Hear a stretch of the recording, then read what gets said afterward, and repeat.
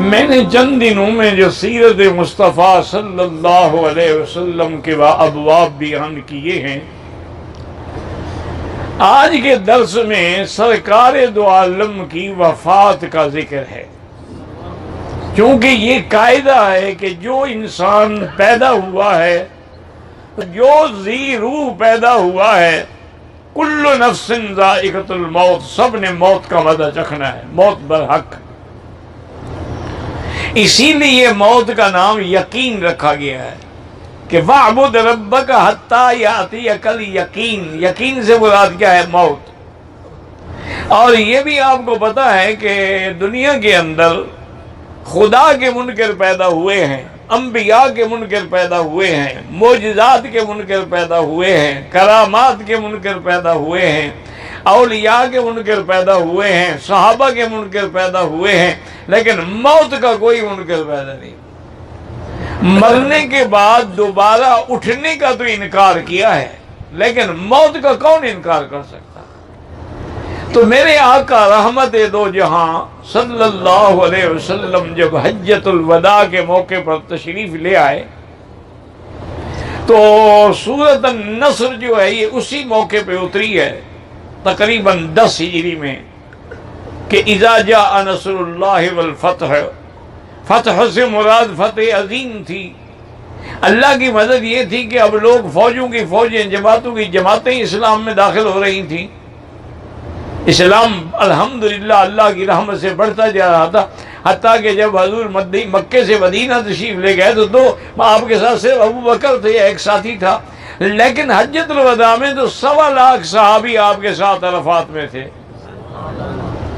تو اسی خطبۃ الوداع میں حضور نے یہ بھی فرمایا تھا کہ خذوا عنی مناسککم، آپ نے فرمایا لوگوں مجھ سے دین کے مسائل سیکھ لو، لعلی لا اراکم بعد عامی ھذا، ہو سکتا ہے کہ اس سال کے بعد پھر میں تمہیں دوبارہ نہ دیکھوں۔ تو اشارہ تھا آپ کی وفات کی طرف کہ یہ میرا آخری حج ہے، جو سیکھنا ہے اس سے آپ سیکھ لیں۔ اسی طرح ایک روایت میں بھی ہے کہ جب یہ آیت اتری تو حضور پاک نے حضرت جبریل علیہ السلام سے فرمایا کہ جبرائیل مجھے اس آیت سے اپنی موت کی خوشبو آ رہی ہے۔ تو حضرت جبریل نے کہا حضور آپ کو فکر کرنے کی کیا ضرورت ہے، وَالْآخِرَةُ خَيْرٌ لَكَ مِنَ الْأُولَىٰ، آنے والی زندگی تو آپ کے لیے اس سے بھی زیادہ بہتر ہے۔ لیکن حضور کو سمجھ آ گئی کہ یہ علامات ہیں، اب میرا کام مکمل ہو گیا ہے۔ پھر جب آیت اتری الیوم اکملت لکم دینکم واتممت علیکم نعمتی ورضیت لکم الاسلام دینا، ابو بکر رو پڑے۔ صحابہ نے پوچھا یار دین مکمل ہو گیا، نعمت پوری ہو گئی، ہنسنے کا خوشی کا موقع ہے کہ رونے کا؟ فرمایا اللہ کے بندے تم نہیں سمجھتے ہو، اس آیت میں بھی اشارہ ہے حضور کی وفات کا کہ جب دین مکمل ہو گیا، نعمت پوری ہو گئی، اسلام کامل ہو گیا، تو معنی یہ ہے کہ اب حضور کے پھر جانے کا وقت آ گیا۔ جب کام مکمل ہو جائے تو آدمی لازمی بات ہے کہ پھر واپس جاتا ہے۔ اور اسی طرح سے حضور پاک جب حضرت معاذ رضی اللہ تعالی عنہ کو یمن کے لیے روانہ فرما رہے تھے تو حضرت معاذ سواری پہ بیٹھے تھے اور حضور ساتھ پیدل چل رہے ہیں۔ یہ ایک عزت ہوتی ہے اپنے گورنر کی، اپنے نمائندے کی، اپنے سفیر کا اعزاز ہوتا ہے۔ حضور چلتے رہے اور اس کے بعد آپ نے فرمایا کہ یا معاذ ایک بات یاد رکھا کہ اب جب تم مدینے آؤ گے لا تلقانی فی المدینہ، مجھے تم مدینے میں نہیں پاؤ گے، تم میری قبر کی زیارت تو کرو گے، مدینے کی زیارت تو کرو گے، لیکن مجھے نہیں دیکھو گے۔ تو اشارہ تھا آپ کی وفات کا۔ معاذ رونے لگ گئے اور روتے روتے بے ہوش ہو گئے۔ ہم نے اللہ کے بندے موت برحق ہے، اس لیے میں اپنی صحابہ کو پہلے سے ایک بات کے لیے تیار کر رہا ہوں کہ موت آنے والی ہے، اور اشارے جو ہیں وہ شروع ہو گئے ہیں۔ ہر سال حضور رمضان المبارک میں جبریل علیہ السلام کے ساتھ قرآن شریف کا ایک دور کرتے تھے، لیکن جس سال آپ کی وفات ہے تو آپ نے 2 دفعہ دور کیا ہے قرآن شریف کا۔ ہر سال حضور اعتکاف 10 دن بیٹھتے تھے، لیکن جس سال آپ کی وفات ہے حضور نے 20 دن کا اعتکاف کیا ہے۔ یہ ساری بات کا تیاری تھی، کیونکہ اللہ نے فرما دیا تھا کہ فَسَبِّحْ بِحَمْدِ رَبِّكَ وَاسْتَغْفِرْهُ إِنَّهُ كَانَ تَوَّابًا۔ اب میرے مدنی آپ تسبیح و تحمید اور استغفار میں لگ جائیں، اب آپ کا کام جو ہے پورا ہو گیا ہے۔ الحمدللہ آپ نے جو کھیتی لگائی تھی وہ کھیتی بالکل اب تیار ہو گئی ہے۔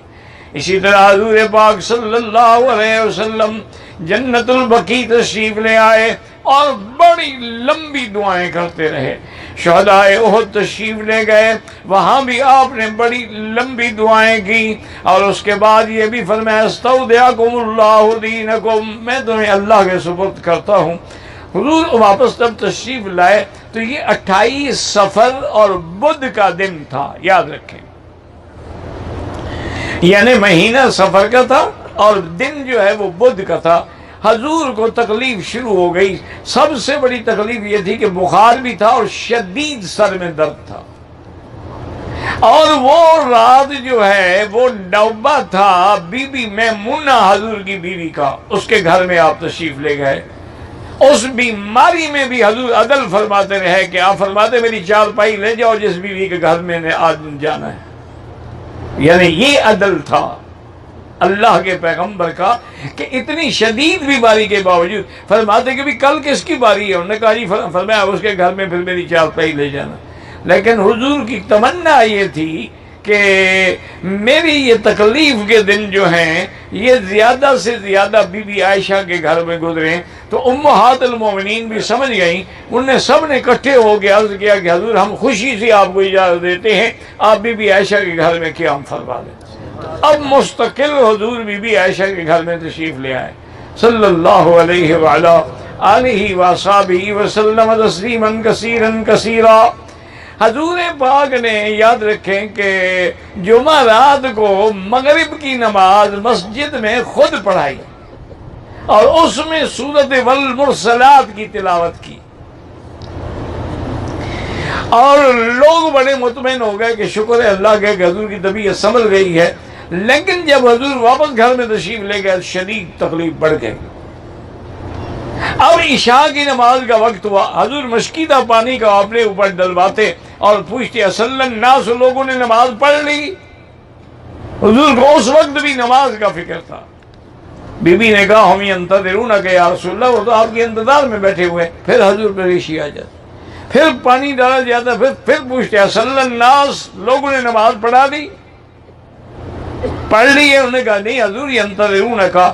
آخر میں حضور نے فرمایا مروا ابا بکر فلیصلی بالناس، ابو بکر کو حکم دو کہ نماز پڑھائے۔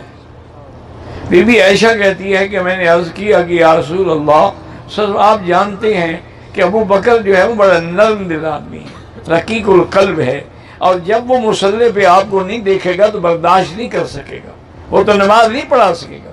آپ حضرت عمر کو حکم دیں، حضور ناراض ہو گئے، فرمایا انتن صواحبات یوسف، تم یوسف کی ان عورتوں کی طرح ہو جو یوسف کو بھٹکانا چاہتی تھی، تم بھی مجھے بھٹکانا چاہتی ہو۔ مروا ابا بکر فلیصلی بالناس، ابو بکر سے کہو کہ نماز پڑھائے۔ تو حضرت ابو بکر رضی اللہ تعالیٰ عنہ مصلی پہ تشریف لے آیا، اللہ کے نبی کا حکم تھا۔ اس کے بعد اللہ کی شان یہ ہے کہ حضور کی طبیعت سنبھل گئی، تو آپ نے حضرت علی اور حضرت عباس کے کندھے پہ ہاتھ رکھا اور پھر مسجد آ گئے، یعنی طبیعت سنبھلی، توفیق ہوئی تو مسجد میں آئے۔ ابو بکر نے محسوس کیا کہ حضور آ رہے ہیں تو ابو بکر ہٹنے لگ گئے۔ حضور نے فرمایا الا رسلک یا ابا بکر، ابو بکر کھڑے رہو جہاں کھڑے ہو، نماز پڑھاؤ۔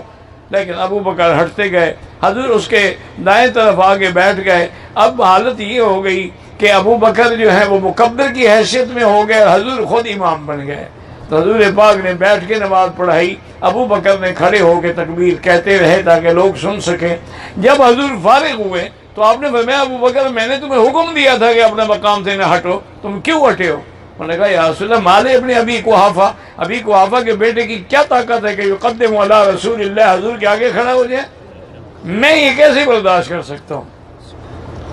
تو اب حضور صلی اللہ علیہ وعلا آلہ وصحبہ وسلم تسلیما کثیرا کثیرا واپس تشریف لے آئے۔ تو اب ہر وقت صحابہ آتے تھے، ملتے تھے۔ تو ایک دن حضور پاک نے فرمایا کہ ایتونی بقرطاس، اکتب لکم لن تضلوا بعدی ابدا، ایک کاغذ قلم لے آؤ، میں کچھ لکھوا دوں تاکہ میرے بعد پھر تم کسی غلطی میں کسی گمراہی میں نہ پڑ جاؤ۔ تو حضرت عمر نے فوراً کہا، اس نے کہا کہ حسبنا کتاب اللہ، اور نے کہا کہ حضور اللہ کا قرآن، وہ مقصد یہ تھا حضرت عمر کا کہ حضور بیمار ہیں، تکلیف ہے، اب ہم اس وقت آپ سے اگر دین کا کوئی مسئلہ ہے تو دین تو مکمل ہو گیا، اب مزید حضور کیا لکھیں گے؟ اگر کوئی دنیاوی بات ہے تو پھر ہم حضور کو تکلیف کیوں دیں؟ اسی کو روافض نے اور شیعہ نے بڑا مسئلہ کرتاس بنا کے لوگوں کو گمراہ کیا ہے کہ حضور حضرت علی کی خلافت لکھنا چاہتے تھے لیکن عمر نے نہیں لکھنے دی۔ انہوں نے اس مسئلے پر بڑے بڑے مناظرے بھی ہوئے، بڑی بڑی انہوں نے کتابیں بھی لکھی ہیں جو جھوٹ کا پلندہ ہے، جن میں کوئی حقیقت نہیں ہے۔ پہلی بات تو یاد رکھیں یہ ہے کہ اگر حضور نے فرمایا کاغذ قلم لے آؤ تو یہ کاتب کا کام ہوتا ہے لے آئے یا دوسرے کا کام ہوتا ہے؟ تو کاتب تو حضرت علی تھے، حضرت علی نہیں لے آئے، پھر تو جرم ان کا ہے، تو عمر کا کیا قصور ہے؟ حضرت عمر کاتب تو نہیں تھے، حضور کے کاتب تو حضرت علی تھے۔ پھر اس واقعے کے بعد حضور 4 دن زندہ رہے، تو 4 دن میں کسی وقت حضرت علی آگے لکھوا لیتے، لیکن یہ کہنا کہ جی حضرت علی ڈر گئے تو پھر مشکل کشا کیسے ہوئے؟ مشکل کشا بھی ڈر جاتا ہے۔ تو یہ اصل بات یہ نہیں، اصل بات یہ ہے کہ حضرت عمر ایک دفعہ تورات دیکھ رہے تھے کہ حضور ناراض ہو گئے، اور حضور نے فرمایا تھا کہ عمر لو کان موسیٰ حیا لما وسعہ الا اتباعی، اگر آج موسیٰ بھی زندہ ہوتے تو میری اتباع کرتے، تم قرآن کے ہوتے ہوئے تورات پڑھ رہے ہو۔ تو حضرت عمر کے دل میں وہ بات تھی کہ اب بیماری کا وقت ہے، کسی طرح وہ بات حضور کے دل سے نکل جائے، تو حتیٰ کہ اب حضور نے بھی کہا کہ میں لکھ دوں، نے کہا قرآن کافی ہے، حسبنا کتاب اللہ، جب اللہ کا قرآن موجود ہے تو اور کسی چیز کی کیا ضرورت ہے؟ لیکن ایک بات یاد رکھیں کہ وہ جو حضور لکھوانا چاہتے تھے وہ حضور نے بتا دی، وہ 3 باتیں تھیں۔ یہ روافض تو ایسے انا للہ و انا الیہ راجعون، نہ ان کی کوئی اصل ہے، نہ ان کا کوئی نقل ہے، نہ کوئی بنیاد ہے، تمام روایات الف سے لے کر یہ تک جھوٹی کرتے ہیں۔ ایک دفعہ حضرت عباس نے حضرت علی سے آگے کہا کہ علی بات سنو، انی اعلم بعلامات موت قریش، قریشیوں کی موت کے وقت جو علامتیں ہیں نا وہ میں جانتا ہوں، حضور کی موت کا وقت قریب آ گیا، میں تمہیں مشورہ دیتا ہوں کہ تم حضور سے خلافت لکھوا لو تاکہ آپ کے بعد کوئی جھگڑا ہی نہ ہو۔